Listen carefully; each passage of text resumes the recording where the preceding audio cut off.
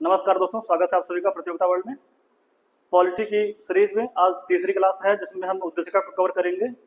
एकदम valuable content देने का आपको फुल प्रयास कर रहे हैं हम। केवल चीज़ों को अच्छे से सुनिएगा, पूरी वीडियो देखिएगा। वादा है कि अगर सवाल आएगा आपका तो इसी के अंदर से आएगा, इसके बाहर से कुछ नहीं आना है। चलिए शुरू करते हैं। देखिए, उद्देशिका पहले समझते हैं क्या है। जब कभी आपने कोई बुक खरीदा होगा, कभी किसी भी विषय की बुक खरीदे होंगे आप लोग, और उसको पढ़ने की शुरुआत की होंगे तो पहले पेज पर लिखा होता है भूमिका। उसमें लेखक यह बताने का प्रयास करता है कि उसने किस अप्रोच से लिखा हुआ है उसको, किताब को, और आपको किताब के माध्यम से लेखक क्या समझाना चाहता है, क्या बताना चाहता है, वो भूमिका में लिखा होता है। उसी तरीके से हमारे भारतीय संविधान की जो किताब है, उसकी जो भूमिका समझिए प्रस्तावना है, प्रियम्बल है या उद्देशिका कहते हैं। अगर उद्देशिका को आप अच्छे से समझ लेते हैं तो समझिए आपने पूरे संविधान के निचोड़ को समझ लिया। यह पूरा संविधान का सार है, समझ लीजिए, कंक्लूजन है, निष्कर्ष। तो पूरे संविधान में क्या क्या चीजें भरी गई हैं, लिखी गई हैं, उसको समझना है तो आप उद्देशिका को समझ लीजिए। इसीलिए बहुत सारे लोगों ने यह कहा हुआ है कि उद्देशिका संविधान का परिचय पत्र है, किसी ने कहा है उद्देशिका संविधान का आईना है। तमाम लोगों ने अलग अलग बातें बोली हुई, वहां से भी सवाल आते हैं, उसको भी हम बता देंगे आपको जो जरूरी होगा। चलिए, एक पेज पर उद्देशिका लिखी हुई है, उसमें कोई पूर्ण विराम, कोई कामा वगैरह नहीं है, उसको पहले हम पढ़ते हैं, तोड़ तोड़ के पढ़ेंगे। उद्देशिका समझ में तब आएगा जब आप उद्देशिका के शब्दों को तोड़ तोड़ के खंडों में आप पढ़ेंगे, तब वो समझ में आपको आएगा। तो चलिए पहले पढ़ते हैं, फिर उसके बाद जो समझाने वाली चीजें हैं उसको शुरू कर बताते हैं आपको। सबसे पहले हम पढ़ेंगे हम भारत के लोग। इस टर्म का इतने शब्दों का अपना अलग मतलब है। हम भारत के लोग अर्थात इसका मतलब होता है भारत की जनता। हम भारत के लोग भारत को संपूर्ण प्रभुत्व संपन्न, अब ये जो इतना है इसका विशेष मतलब अभी मैं बताने वाला हूँ। इतने का विशेष मतलब है, हम भारत के लोग भारत को संपूर्ण प्रभुत्व संपन्न, समाजवादी, ये सभी जो आपको दिख रहे हैं शब्द, ये बड़े ही महत्वपूर्ण शब्द हैं और इनसे हमेशा सवाल बने हुए हैं। पंथ निरपेक्ष, लोकतांत्रिक गणराज्य बनाने के लिए उसके समस्त नागरिकों को, अब ध्यान दीजिएगा, भारत को क्या बनाना है? हम भारत के लोग ये घोषणा कर रहे हैं, भारत की जनता, हम भारत के लोग भारत को क्या बनाना है? संपूर्ण प्रभुत्व संपन्न बनाना है, समाजवादी बनाना है, पंथ निरपेक्ष बनाना है, लोकतांत्रिक बनाना है, गणराज्य बनाना है। यह बनाने के लिए भारत को ये सब बनाना, ऐसा भारत बनाना है। अंग्रेजों के जमाने में भारत ऐसा नहीं था। जब भारत आजाद हुआ तो ऐसा उद्देश्य रखा गया, ऐसा हमारा सपना है कि भारत ऐसा हो। इसलिए भारत को ऐसा बनाने के लिए, संपूर्ण संपन्न, समाजवादी, पंथ निरपेक्ष, लोकतांत्रिक, गणराज्य बनाने के लिए उसके समस्त नागरिकों को कुछ देना पड़ेगा। क्या देना पड़ेगा? सामाजिक, आर्थिक, राजनीतिक न्याय देना पड़ेगा। और यह सिद्धांत नागरिकों को दिया गया है, ये रूस से लिया गया है। और यही जो सामाजिक, आर्थिक, राजनीतिक न्याय है, ये हमारे डीपीएसपी के अनुच्छेद 38 में परिलक्षित होता है, दिखता है, प्रावधान किया गया है। अभी मैं समझाऊंगा सामाजिक, आर्थिक, राजनीतिक न्याय क्या है। अब आपको यह ध्यान रखना है, टर्मिनोलॉजी जो सवाल पूछने की होती है, आपको यह ध्यान रखना है कि यहाँ पर न्याय 3 प्रकार के हैं। यह भी पूछा गया कई बार एग्जाम में कि न्याय कितने प्रकार के न्याय की चर्चा है। उद्देश्य में 3 प्रकार के न्याय की चर्चा है। सामाजिक, आर्थिक, राजनीतिक न्याय रूस से लिया गया है, डीपीएसपी का अनुच्छेद 38 में जो है ये परिलक्षित होता दिखता है। ये नागरिकों को देने की बात है। भारत को ऐसा बनाने के लिए नागरिकों को ये दिया जाए। फिर क्या दिया जाए? विचार, अभिव्यक्ति, धर्म, उपासना और विश्वास की स्वतंत्रता। 5 प्रकार की स्वतंत्रता है और ये फंडामेंटल राइट्स में, मौलिक अधिकार में देगा, अनुच्छेद 19 में दिखता है। उसके बाद क्या देना है? ये जो स्वतंत्रता की जो संकल्पना है, ये फ्रांस से लिया गया है। अगला जो क्या देना है? प्रतिष्ठा और अवसर की समानता। समानता 2 प्रकार की है, प्रतिष्ठा और अवसर की समानता, ये लिया गया फ्रांस से। उसके बाद अब फिर से पढ़ते हैं एक बार एक स्वर में। भारत को ऐसा बनाना है, ऐसा बनाने के लिए लोगों को ये सब देना पड़ेगा। क्या क्या? हम भारत के लोग, इसका मतलब होता है भारत की जनता। इतने का मतलब होता है भारत की जनता। भारत को संपूर्ण प्रभुत्व संपन्न, समाजवादी, पंथ निरपेक्ष, लोकतांत्रिक, गणराज्य बनाने के लिए उसके समस्त नागरिकों को सामाजिक, आर्थिक, राजनीतिक न्याय, विचार, अभिव्यक्ति, धर्म, उपासना, विश्वास की स्वतंत्रता, प्रतिष्ठा, अवसर की समानता प्राप्त कराने के लिए तथा उन सब में व्यक्ति की गरिमा, राष्ट्र की एकता और अखंडता सुनिश्चित करने वाली बंधुता बढ़ाने के लिए 26 नवंबर 1949 विक्रमी संवत एतद्वारा हम संविधान को अंगीकृत आत्मार्पित करते हैं। भारत को ऐसा बनाना है, उसके लिए लोगों को यह सब दिया गया है। 26 नवंबर 1949 को पूरे संविधान को अंगीकृत अडॉप्ट किया जाता है। संविधान लेकर के तैयार हो गया था, संविधान को अंगीकृत कर लिया गया, लागू नहीं किया। ध्यान दीजिएगा, 26 नवंबर 1949 को आंशिक रूप से कुछ अनुच्छेदों को लागू किया गया है, बाकी सभी अनुच्छेद लागू होते हैं 26 जनवरी 1950 को। अब ध्यान दीजिएगा, 26 अंग, अब यहाँ पर जो प्रस्तावना के अंग हैं ये सब आपको समझा रहे हैं, एक बार फिर से बता देते हैं। भारत को ऐसा बनाना है, ऐसा बनाने के लिए लोगों को कुछ दिए गए हैं, 3 प्रकार के न्याय दिए गए हैं, 5 प्रकार की स्वतंत्रता दी गई है, 2 प्रकार की और जो है समानता दी गई है। समानता लिया गया है फ्रांस से, स्वतंत्रता लिया गया फ्रांस से, न्याय लिया गया है रूस से।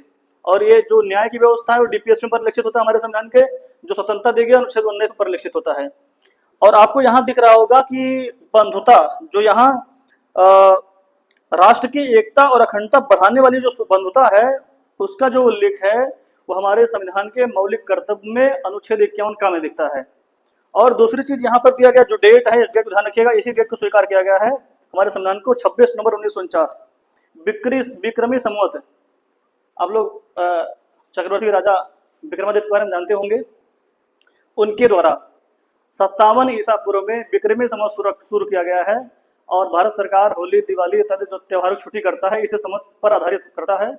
और अगर आज मान लीजिए 2024 चल रहा है, अभी हमारा जो वर्ष 2024 है, इसमें अगर हम 57 जोड़ देंगे तो हमें संवत मिल जाएगा। अर्थात कोई भी सन हो, सन में जब प्लस करेंगे 57 तो हमें संवत मिलता है। बात समझ में आ गई होगी आप लोग को, आशा करते हैं। ध्यान रखिएगा, विक्रमादित्य ने शुरू करा था 57 ईसा पूर्व में, और वही विक्रमी संवत है। और ये डेट ध्यान रखिएगा। आप थोड़ी चीजें समझिएगा, ये तो आपको समझ में आएगा कि भारत को ऐसा बनाना है। अभी ये शब्द का मतलब आपको समझ में नहीं आएगा, मैं बताने वाला हूँ। इन सब चीजों का मतलब नहीं समझ में आएगा। भारत को ऐसा बनाना है, उसके लिए कुछ लोगों को कुछ चीजें दी गई हैं। आप समझिए, प्रस्तावना के अंग जो है 4 महत्वपूर्ण अंग हैं। पहला अंग जो है संविधान के शक्तियों के स्रोत। संविधान से ही पूरा देश चलता है, और जो संविधान में शक्तियां निहित हैं, देश में संविधान से ऊपर कुछ है नहीं। संविधान में जो शक्तियां निहित है उसका स्रोत क्या है? उसका स्रोत भारत की जनता है, भारत की जनता। ध्यान रखिएगा, पहला अंग ये हुआ प्रस्तावना का। दूसरा अंग है भारत की प्रकृति। कैसा भारत होगा? अंग्रेजों के जमाने में तो भारत का कोई ढांचा ही नहीं था, सिस्टम सब बेकार था, खराब, कुछ भी कर दे रहे थे, किसी प्रकार कानून बना दे रहे हैं, कोई निश्चित सिस्टम नहीं है उनका। अंग्रेजों का जैसा सिस्टम ब्रिटेन में था वैसे लागू करना चाहते थे इंडिया में भी। हमारा भारत कैसा होगा? संप्रभु भारत होगा, समाजवादी भारत होगा, पंथ निरपेक्ष भारत होगा, लोकतांत्रिक भारत होगा, गणराज्य होगा। अब यहां समझिएगा, संप्रभु का मतलब क्या होता है? मैंने एक शब्द यहाँ लिखा हुआ है, अब मैं समझाने वाला हूँ, आप लोग को लिखना पड़ेगा, आप लोग लिख लीजिएगा। संप्रभु का मतलब होता है स्वयं में सक्षम होना। संप्रभु का मतलब होता है स्वयं में सक्षम होना। अर्थात अब जब ब्रिटेन का कब्जा था इंडिया पर तो भारत संप्रभु नहीं था, भारत के नेता कुछ कर नहीं पाते थे। भारत के जो भी नेता होते थे, जो भी उनके सरकार के अंग के रूप में काम करते थे, उनका कोई विशेष वैल्यू नहीं था। जो निर्णय लेना होता था अंतिम रूप से वो अंग्रेज अधिकारी लेते थे, ब्रिटेन का राजा लेता था। संप्रभु होने का मतलब है कोई भी देश संप्रभु तब माना जाएगा जब वह अपने आंतरिक मामलों में और बाह्य मामलों में पूर्ण रूप से स्वतंत्र है, अर्थात किसी दूसरे राष्ट्र के अधीन नहीं है। अधीन होने का मतलब जैसे हमारा देश है, अभी वो शासन हमारा है, लेकिन अंतिम रूप से मालिक कोई और हो हमारे देश का। और जब बाहरी देशों के साथ कोई संधि समझौता करना हो तो उससे पूछना पड़े, तो फिर हम अपने आप में स्वतंत्र पूर्ण रूप से कहाँ हुए? फिर यही चीज होती है संप्रभु ना होना। लेकिन भारत के मामले में ऐसा है, भारत किसी भी शक्ति के अधीन अब नहीं है, पहले ब्रिटेन के अधीन था। 1947 में हमारा देश आजाद हो गया 15 अगस्त को, तब से भारत संप्रभु राष्ट्र घोषित हो गया है, संप्रभु राष्ट्र है। हमें किसी देश के साथ समझौता संधि करना होगा, किसी से पूछने की जरूरत नहीं है। बहरहाल कुछ संगठन ऐसे होते हैं अंतर्राष्ट्रीय स्तर पर जिनकी बाध्यता सभी देशों में होती है, थोड़ी बहुत चीजें ऐसी होती हैं जो लागू करते हैं सबको मानना पड़ता है, वो अलग चीज है। संप्रभु आशा करते हैं आपको समझ में आया होगा। तो भारत संप्रभु राष्ट्र है। समाजवादी, अब समझिएगा, समाजवादी एक ऐसी अवधारणा है, समाजवादी 2 तरीके का होता है। भारत का जो समाजवाद है, देखिए समाजवाद जो होता है एक ऐसी विचारधारा है जिसमें लोगों का भला किया जाता है। अब ये समाजवाद भी 2 कैटेगरी का है। एक समाजवाद वो है जिसकी संकल्पना कार्ल मार्क्स द्वारा दिया गया है और रशिया में है। कार्ल मार्क्स द्वारा दिए गए समाजवाद में यह बताया गया है कि उत्पादन तथा संसाधनों पर जो अधिकार होगा वो सरकार का होगा, अर्थात समस्त शक्तियां लगभग सरकार में निहित होती हैं। समस्त निर्णय लेने का अधिकार जो होता है लगभग सरकार के पास होता है, जनता के पास निर्णय लेने संबंधी अधिकार कम होते हैं। तो वो समाजवाद हमारे यहाँ नहीं है। हमारे यहाँ इंडिया में गांधी से प्रेरित समाजवाद है। समाजवाद दो टाइप का, साम्यवादी समाजवाद जहां पर लोगों के अधिकार कम होते हैं, सरकार के पास शक्तियां ज्यादा होती हैं, सरकार निर्णय लेने के मामले में अग्रसर होती है, लोगों के ऊपर चीजें कम छोड़ी जाती हैं, वो साम्यवादी समाजवाद है। हमारे यहाँ गांधी से प्रेरित समाजवाद है। हमारे यहाँ डीसी नकारावाद में बताया गया, सुप्रीम कोर्ट ने कहा हुआ है, हमारे यहाँ भारत में लोकतांत्रिक समाजवाद है। साम्यवादी समाजवाद रसिया में है, भारत में लोकतांत्रिक समाजवाद है जो गांधी से प्रेरित है। यह डीसी नकारावाद में बताया गया सर्वोच्च न्यायालय द्वारा। और लोकतांत्रिक समाजवाद का मतलब ये होता है जहां पर आय की असमानता को दूर करना, उपेक्षा को दूर करना, गरीबी को दूर करना, तमाम चीजें, और संसाधनों के वितरण पर समान तरीके से बल देना। मतलब संसाधनों का वितरण इस प्रकार से किया जाए कि सबका हित हो, किसी एक को विशेषाधिकार न दिया जाए। ये लोकतांत्रिक समाजवाद है। अर्थात यहाँ पर महिलाओं की स्थिति को सुधारना, ओबीसी, एससी, एसटी, अन्य पिछड़ा वर्ग, इन सबकी वर्तमान स्थिति में सुधार करना लोकतांत्रिक समाजवाद का लक्ष्य है। आशा करते हैं आपको समाजवाद समझ में आया होगा। दूसरा शब्द है पंथ निरपेक्ष। अब पंथ निरपेक्ष ये कहता है, एक ऐसी संकल्पना है जिसमें सरकारी स्तर पर सरकार किसी धर्म को मान्यता नहीं देती है। सभी धर्म समुदाय की जातियों के लोग भारत में रहें, इस धरती पर निवास करें, काम करें, अच्छे से कमाएं, खाएं, रहें, निवास करें, कोई दिक्कत नहीं है। लेकिन सरकार अपने स्तर पर अपनी तरफ से किसी एक विशेष धर्म को मान्यता नहीं देगी। सरकार ना तो किसी धर्म का विरोध करती है और सरकार ना तो किसी धर्म का जो है सहयोग करती है। अर्थात न्यूट्रलिटी, तटस्थ भाव अपनाती सरकार। सरकारों को तटस्थ भाव अपनाना चाहिए और यही पंथ निरपेक्षता है। मतलब ना तो सरकार किसी धर्म का विरोध करेगी और ना ही सहयोग करेगी। धर्म अगर किसी भी मजहब के लोग हैं, उनको त्यौहार मनाना मनाए, वो सरकार कोई सहयोग विशेष रूप से नहीं करेगी, ना तो रोकेगी सरकार। सरकार सहयोग और रोकने का काम कानून के आधार पर करती है। नागरिक, अगर भारत में कोई नागरिक है, उसके लिए व्यवस्था है तो सबके लिए है, उसमें हिंदू मुस्लिम सिख ईसाई से कोई मतलब नहीं है। किसी भी धर्म मजहब के आप हैं, सरकार का दृष्टिकोण एक होना चाहिए। यही पंथ निरपेक्षता का लक्षण है। आशा करते हैं आपको समझ में आया होगा। न्यूट्रलिटी, एक शब्द ध्यान रखिएगा, तटस्थ भाव। सरकार का झुकाव किसी एक धर्म विशेष की तरफ नहीं होना चाहिए। बहरहाल सरकार सभी धर्मों को ध्यान में रखते हुए कुछ कार्य कर सकती है। जैसा कि अमरनाथ यात्रा के लिए प्रावधान है, तो हज सब्सिडी के लिए भी प्रावधान है। सभी धर्मों के लिए कुछ विशेष हल्के हल्के प्रावधान हो सकते हैं। ठीक। अगला शब्द है लोकतांत्रिक।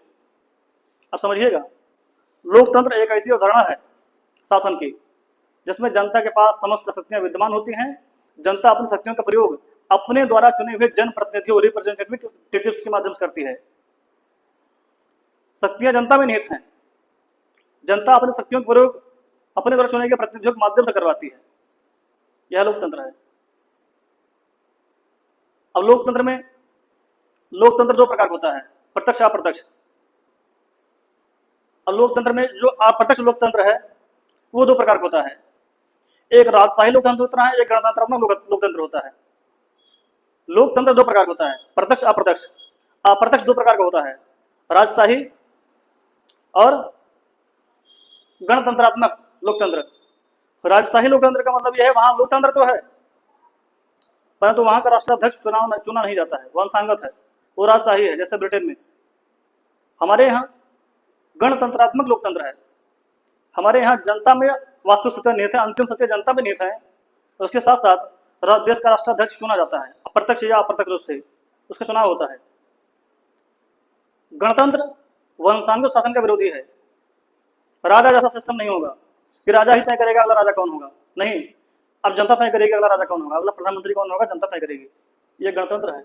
लोकतंत्र, शक्तियां जनता में निहित हैं और भी तमाम विशेषताएं हो सकती हैं, आगे आपको बताएंगे। तो ये भारत की प्रकृति ऐसी हो, भारत ऐसा देश हो। उद्देश्य न्याय, स्वतंत्रता, समता, बंधुत्व। अब न्याय तीन प्रकार के हैं। न्याय में तीन प्रकार है। सामाजिक न्याय। सामाजिक न्याय क्या है? सामाजिक न्याय यही है, समाज में, देश में, समाज में जाति, धर्म, मजहब, लिंग इत्यादि का भेदभाव न किया जाए, सामाजिक न्याय है।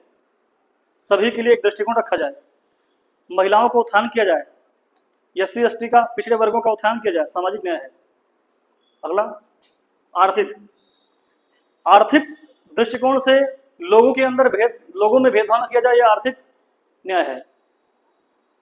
दूसरा राजनीतिक न्याय। राजनीतिक न्याय कहता है हर व्यक्ति को सरकार से सवाल पूछने का अधिकार है, अपनी विचारधारा प्रकट करने का अधिकार है, हर व्यक्ति को मतदान करने का अधिकार, जो भारत का नागरिक है, जो भारत का नागरिक है उसको चुनाव लड़ने का अधिकार है, राजनीतिक न्याय है। अगला, अब यहाँ पर ये उद्देश्य क्लियर हो गया। उद्देश्य में न्याय था, न्याय करना है, समाज में विवाद होते हैं, न्याय करिए, ये उद्देश्य है। स्वतंत्रता, आजादी, लेकिन ध्यान दीजिएगा जो स्वतंत्रता हमारी उद्देशिका में दिख रहा है आपको, ये उद्देश्य है लोगों को स्वतंत्रता देना। इसका मतलब यह नहीं है कि स्वतंत्रता असीमित है,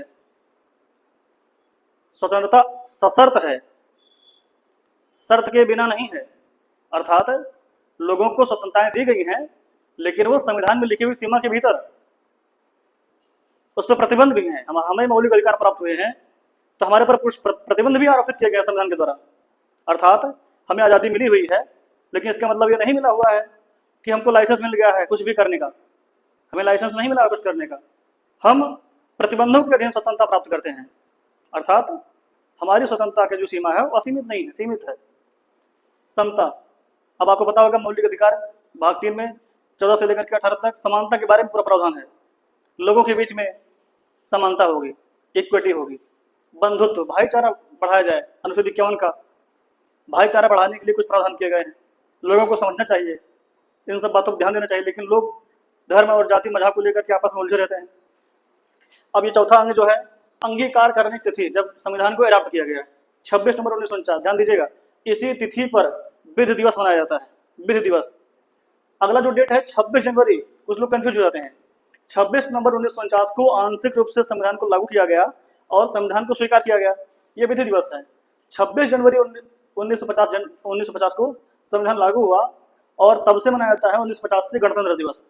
और आपको इतिहास पढ़े होंगे आप, आधुनिक भारत का इतिहास, तो 1929 के लाहौर अधिवेशन से लेकर 1950 तक 26 जनवरी मनाया गया स्वाधीनता दिवस के रूप में। तो आपके लिए एक जरूरी फैक्ट ये भी है, जब 1950 में हमारा संविधान लागू हुआ तो उसी स्वाधीनता दिवस के जगह पर हम लोग गणतंत्र दिवस मनाने लगे, गणतंत्र दिवस। ठीक, प्रस्तावना का जो स्वरूप है वो अपरिवर्तनीय है, मतलब इसका जो वैधिक स्वरूप है, विधिक स्वरूप है, यह अपरिवर्तनीय है। मतलब आरबीएम के द्वारा बनाए गए कानून और संसद द्वारा बनाए कानून को प्रस्तावना में लिखे हुए शब्दों के आधार पर रद्द ओवरराइड नहीं किया जाएगा कि कभी संसद द्वारा आरबीएम द्वारा बनाए गए कानूनों को टकराव अगर इसमें लिखे गए शब्दों का हो जाता है, शब्दों से हो जाता है, तो उन कानूनों को रद्द कर दे। नहीं, ये लागू नहीं है, ऐसा उद्देश्य है, ऐसा सपना है हमारा, इसको लागू नहीं किया गया। कानूनी रूप से इसका विधिक स्वरूप है अपरिवर्तनीय, लागू नहीं किया गया है। प्रस्तावना अमेरिका से लिया गया है, इसकी भाषा ऑस्ट्रेलिया से ली गई है। कुछ चीज़ें और बची हुई हैं, उसको आपको अगले क्लास में समझा देंगे। जैसे कि इतना आपको समझ में आया होगा, अगली क्लास में आपको प्रस्तावना से संबंधित कुछ कथनों के बारे में बता देंगे, प्रस्तावना से संबंधित कुछ संशोधनों के बारे में बता देंगे, कुछ वाद हैं, और संविधान की जो मूल संरचना है, जो बेसिक स्ट्रक्चर है, उसके बारे में थोड़ा सा बता देंगे। आपका उद्देश्य कंप्लीट हो जाएगा। तो आशा करते हैं आपको समझ में आया होगा। धन्यवाद।